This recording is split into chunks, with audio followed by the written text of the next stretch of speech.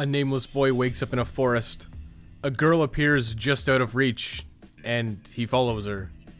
Limbo is short and very puzzle heavy. It's going to be impossible to show footage without some spoilers for puzzle solutions. If you want to play completely without spoilers, please turn off the video now.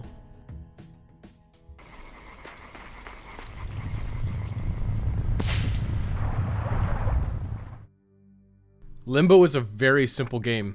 You play as a boy and you mostly just move to the right.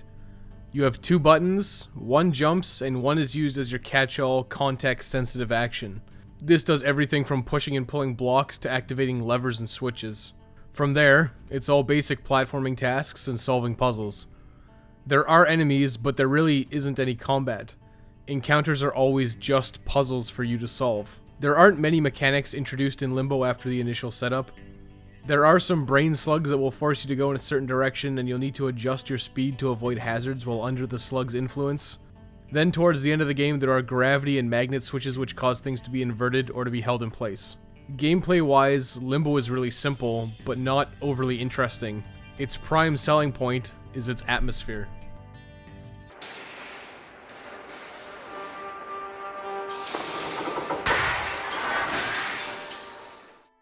The most noticeable and noteworthy thing about Limbo is its striking black and white art style and its atmosphere.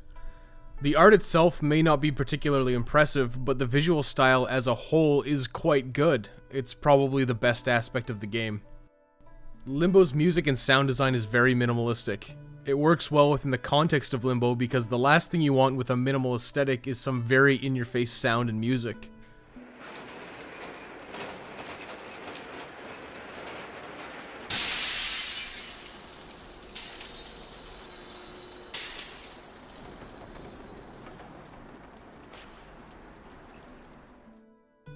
Story in Limbo kind of doesn't exist. There isn't really a story or characterization.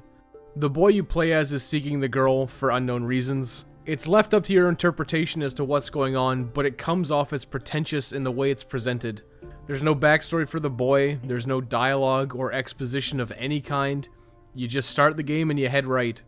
The ending really reinforces this pretentiousness as it's again left up to interpretation and really makes you question whether anything you did was worth anything at all, and that's a rough way to end the game.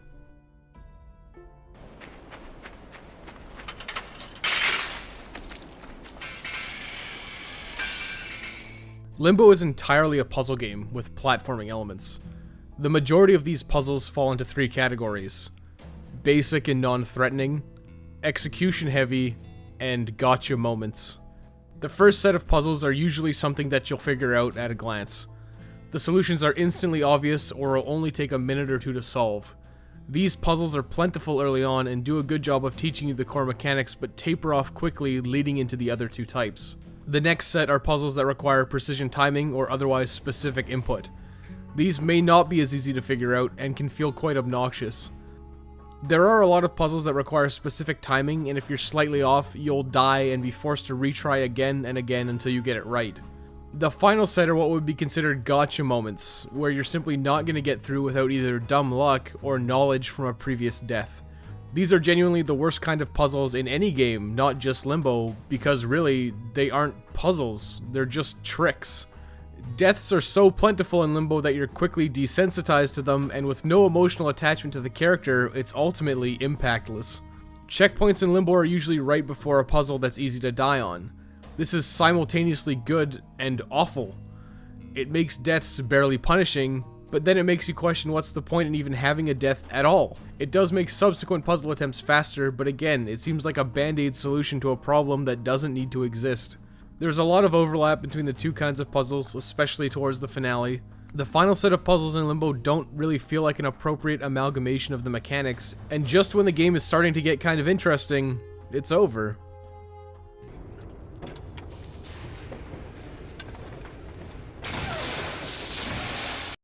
Limbo is very short.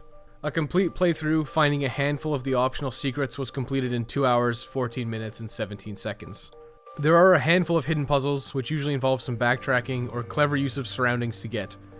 There really isn't much else. Limbo is a very straightforward experience. The main game is the draw, and really it's not something you'll really want to come back to for a repeat playthrough unless you're hunting for achievements or 100% completion. If you are hunting for a 100% completion, there is a chapter select and you can go back and find things that you missed pretty easily. It's definitely a one and done kind of game and won't stick with you much longer than your one playthrough.